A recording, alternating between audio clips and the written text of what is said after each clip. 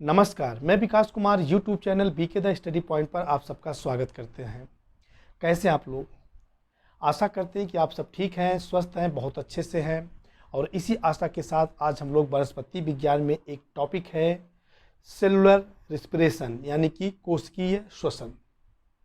कोशिकीय श्वसन को पढ़ने से पहले आप सबसे मैं एक निवेदन करना चाहता हूँ, एक अपील करना चाहता हूँ कि जिन लोगों ने अभी तक हमारे चैनल को सब्सक्राइब नहीं किया है वो सब्सक्राइब कर लें और साथ में बेल का बटन अवश्य दबाएं। इससे ये होगा कि जो मैं वीडियो अपलोड करूँगा उसका सबसे पहले नोटिफिकेशन आप तक पहुँच जाएगा। और साथ में ऐसे लोग जिनको ऐसे वीडियो की आवश्यकता है आप उनको शेयर करें, जिससे उनको भी लाभ होगा और हमको भी लाभ होगा कि हमारा कॉन्फिडेंस बढ़ेगा, हमारा चैनल सब्सक्राइब होगा। और एक काम और आप करिएगा, पूरा वीडियो देखिएगा। पूरा वीडियो देखने के बाद आप कमेंट करके बताइएगा कि ये वीडियो आपको कैसे लगा। चलिए बिना समय गवाए हम लोग पढ़ते हैं सेलुलर रिस्पिरेशन यानी कि कोशिकीय श्वसन।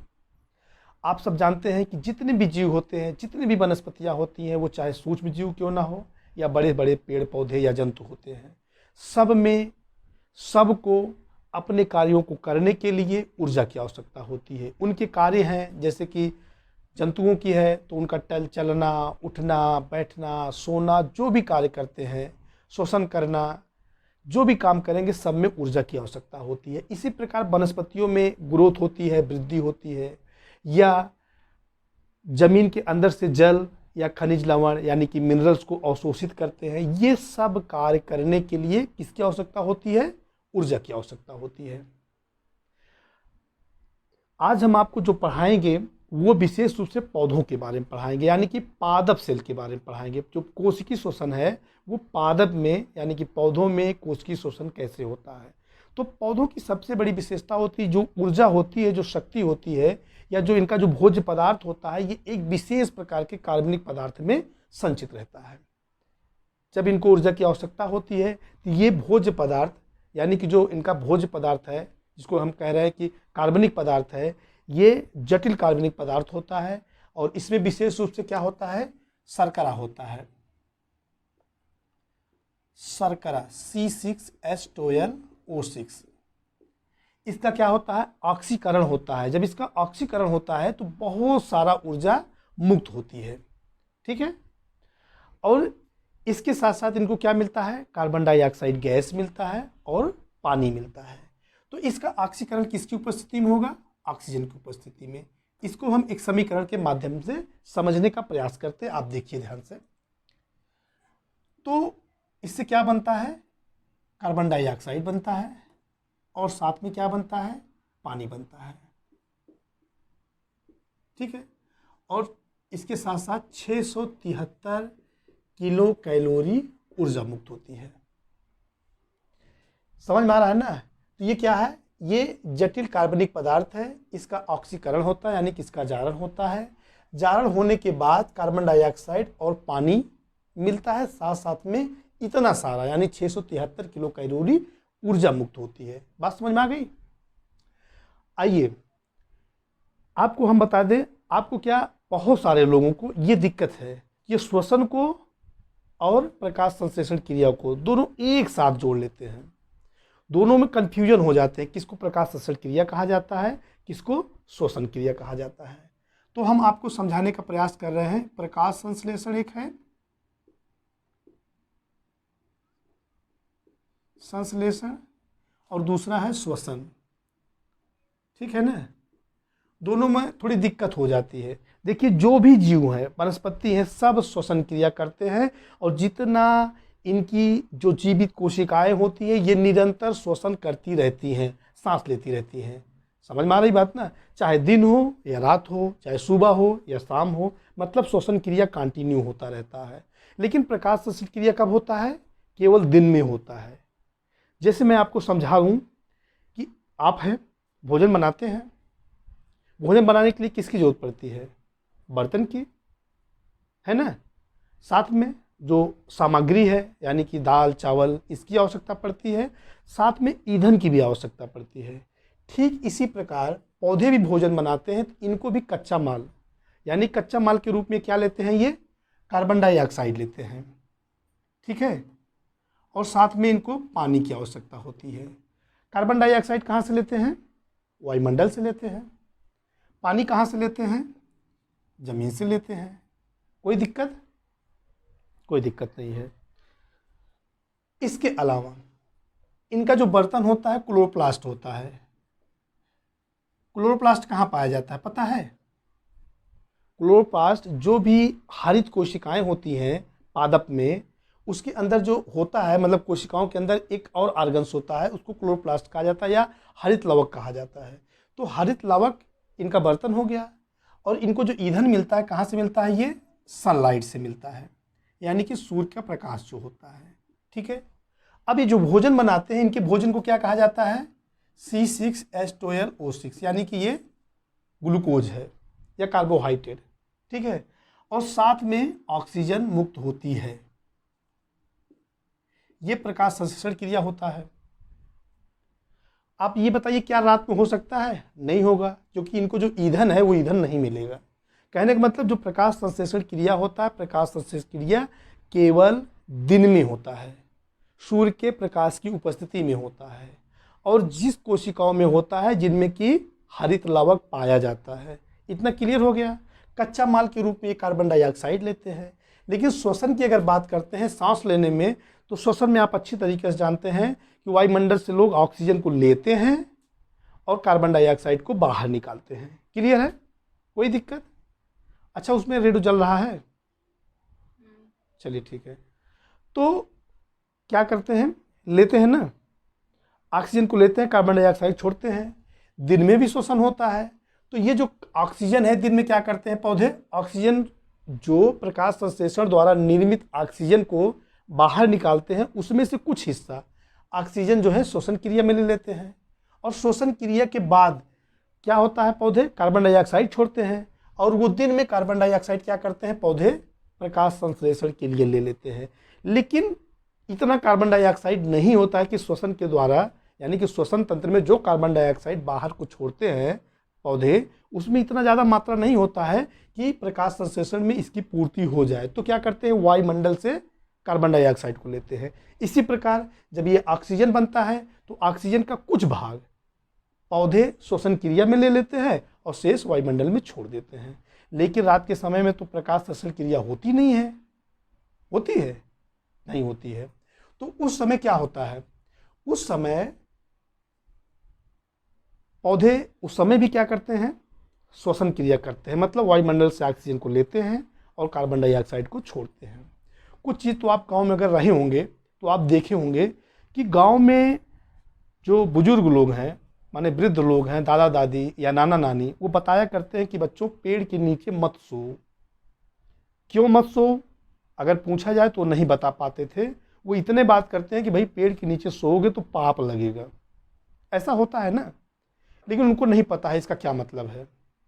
पाप लगेगा जानते हैं, लेकिन आज समझ में आता है कि अगर आप पेड़ के नीचे सोएंगे तो पेड़ रात में भी श्वसन क्रिया करते हैं। श्वसन क्रिया का मतलब ऑक्सीजन को वायुमंडल से लेंगे और फिर वायुमंडल में ऑक्सीजन को छोड़ेंगे।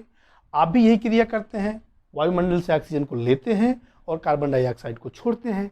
ऐसे कंडीशन में अगर आप पेड़ के नीचे सोएंगे तो वहाँ पर वायु में ऑक्सीजन की मात्रा कम हो जाएगी।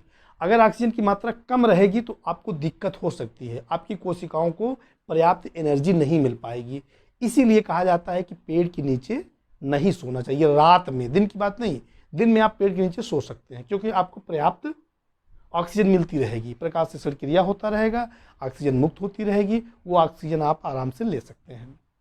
इसके अलावा एक बात और आप देखिए, अगर गांव में रहे होंगे ठंडी के महीना में, मान लीजिए आप बाहर से आते हैं जहाँ पर पेड़ पौधे नहीं हैं, और जब बाग में घुसते हैं जहाँ पे बहुत सारे पेड़ हैं ठंडी के महीने रात में, तो आप देखेंगे जब जैसे ही बाग में आप घुसेंगे तो क्या होगा? वहाँ का वायुमंडल काफ़ी गर्म आपको फील होगा। अगर आप ऐसा नहीं किए हों या फील नहीं किए हों तो अब की बार जब ठंडी आएगी तो उस समय आप जाके देख लीजिएगा, तो आपको महसूस होगा जब बाग में आप घुसेंगे तो आपको क्या होगा? महसूस होगा गर्म है। गर्म होने का मतलब है कि पेड़ पौधे शोषण करते हैं, बाहर से ऑक्सीजन लिए और फिर बाहर कार्बन डाइऑक्साइड को छोड़े। ऐसी स्थिति में वहाँ पर जहाँ पे बहुत सारे पेड़ पौधे हैं वहाँ आसपास का जो वायुमंडल है वो गर्म हो जाता है, क्योंकि वहाँ पे ज़्यादा से ज़्यादा कार्बन डाइऑक्साइड हो जाता है। आप अच्छी तरीके से जानते हैं, अगर आप पर्यावरण को पढ़ रहे होंगे तो ये भी आप अच्छी तरह जानते हैं कि ये जो कार्बन डाइऑक्साइड होता है ये ग्लोबल वार्मिंग के लिए बहुत ज़्यादा जिम्मेदार होती है। तो जितना ज़्यादा कार्बन डाइऑक्साइड होता जाएगा उतना ज़्यादा वहाँ का ताप गर्म होता जाता है। चलिए, ये सारी बातें हो गई है, हम श्वसन को पढ़ रहे हैं तो श्वसन को ही समझें। देखिए, श्वसन कितने प्रकार के होते हैं। श्वसन को मुख्य रूप से दो भागों में बांटा गया, यानी जो कोशिकीय श्वसन होता है, जो पौधों की कोशिकाएं होती हैं, दो प्रकार की श्वसन करते हैं। अलग अलग पौधे अलग अलग प्रकार के हैं। तो वो दो प्रकार के कौन कौन से हैं? एक है ऑक्सी श्वसन कहा जाता है, ऑक्सी श्वसन। दूसरा है अनाक्सी श्वसन।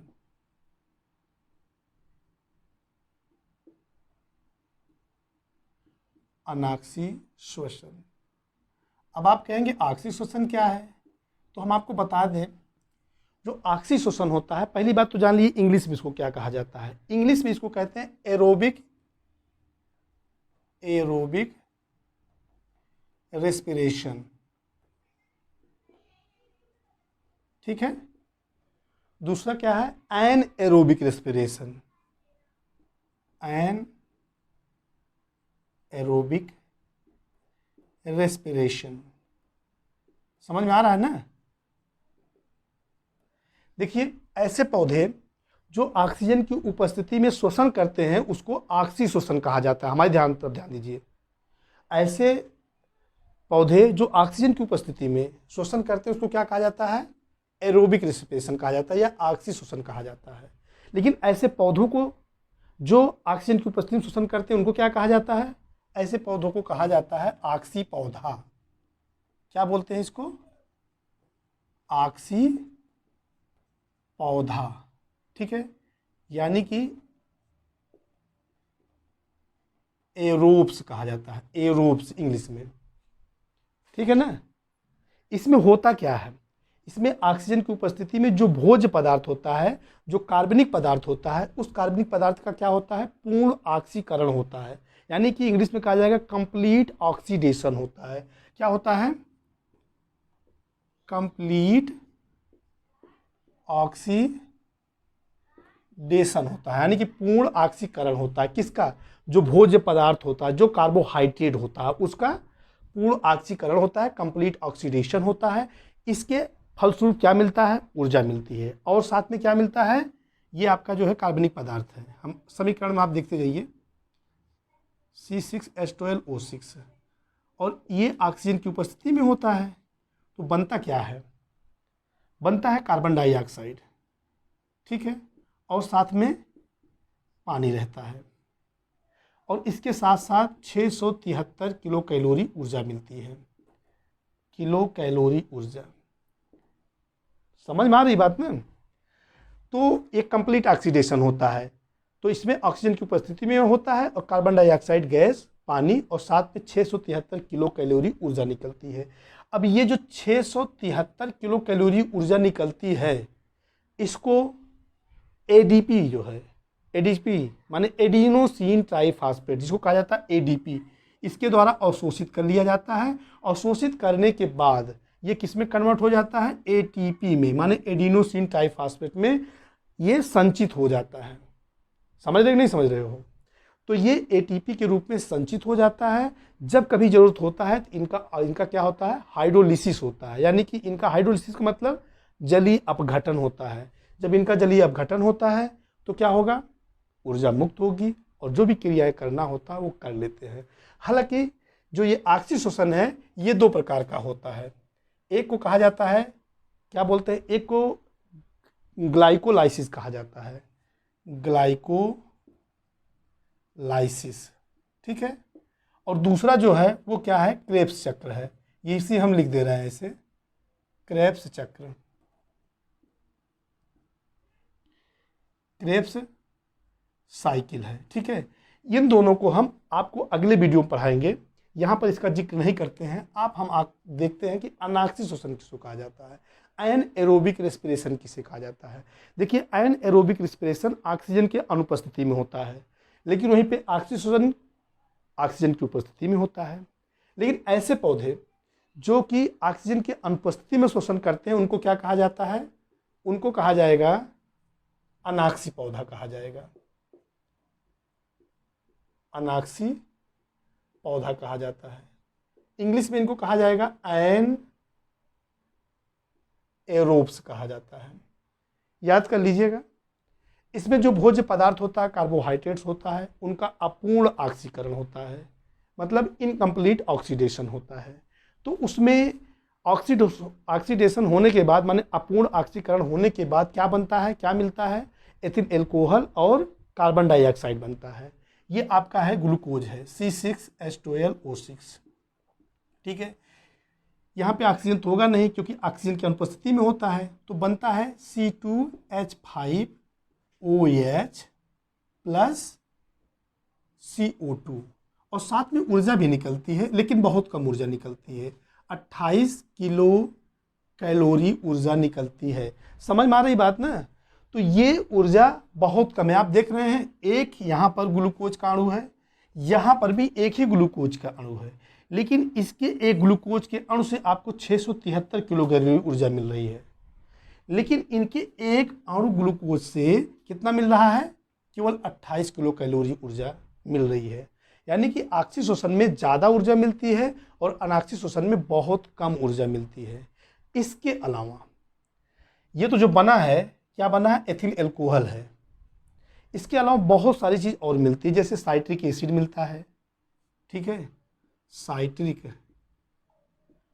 साइट्रिक एसिड का एसिड बनता है और मैलिक एसिड बनता है। मैलिक एसिड के अलावा ऑक्जेलिक एसिड बनता है।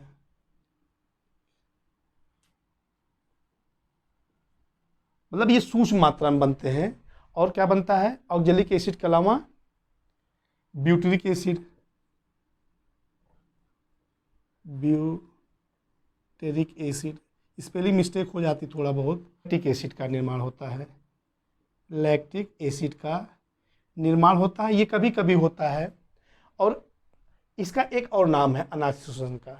अनाक्सी श्वसन को एक और नाम है, वो क्या है, इंट्रामालिक्यूलर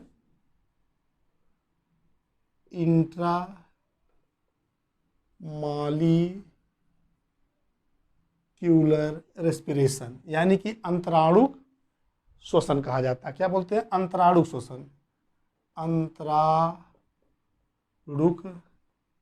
श्वसन, या इंग्लिश में इंट्रामालिक्यूलर रेस्पिरेशन कहा जाता है। ये किस में पाया जाता है, कैसे पौधे में, जो उच्च वर्ग के पौधे हैं उसमें पाया जाता है। इसके साथ साथ जो अंकुरित बीज है वो भी इकट्ठा हुए, एकत्रित बीज ज़्यादा मात्रा में, जैसे आप चना भिगो दीजिए, एक दिन बाद देखेंगे तो चना अंकुरित हो जाता है, लेकिन उसमें जो श्वसन होता है वो कैसा श्वसन होता है, अनाक्सी श्वसन होता है। सेब है, माने फलों में भी होता है, विशेषकर सेब में कौन सा श्वसन होता है, अनाक्सी श्वसन होता है। इसके अलावा जो बैक्टीरिया है, फंजाई है, जिसको कि फंगी भी कहते हैं, ये देखिए फंगी, FUNGI, फंगी, इसमें भी कौन सा श्वसन होता है, अनाक्सी श्वसन होता है। बस इस वीडियो में इतना ही। ये वीडियो आपको कैसे लगा आप कमेंट करके बताएं, और जिन लोगों ने अभी तक हमारे चैनल को सब्सक्राइब नहीं किया है वो सब्सक्राइब करना ना भूलें। धन्यवाद।